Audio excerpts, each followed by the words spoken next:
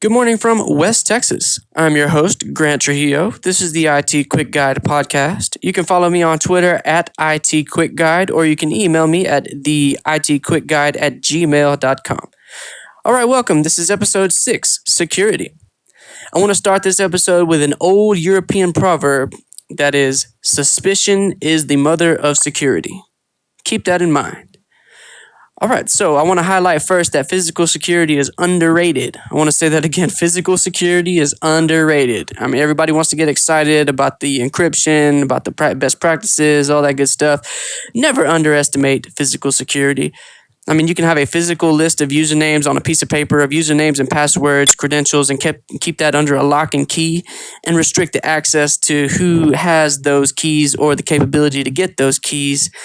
And that's a very powerful physical security kind of setup.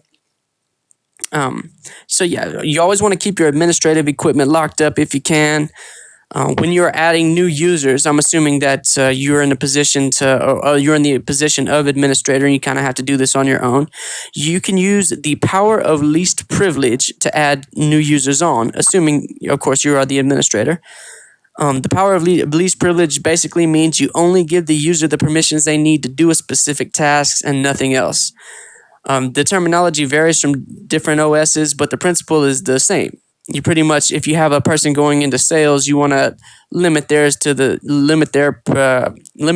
capabilities rather to the sales department. If you have accounting, you want to do the same. If you have just a manager that you want to go in and monitor people's activities, give them those capabilities. You have the options on each OS to do similar things. You can find some, if you want to know about the granular as far as getting into Windows 10 and doing it yourself, there's a really good video from gcflearnfree.org, their YouTube page, called Windows 10 Managing User Accounts and Parental Controls. Also, from another YouTuber, Windows Ninja, they have a video called Windows 10 and 8.1 File and Folder Permissions, ACL tutorial video. And those basically give a good breakdown on how, in those OSs, respectively, that you can give different permissions to different users.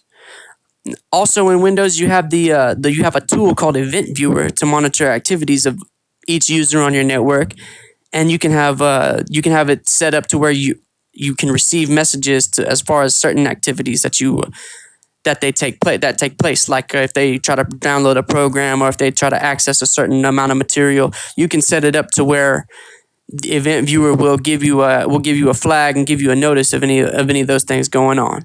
So from a boss perspective, you have the ability to designate users with the capability to run your organization while you're not there.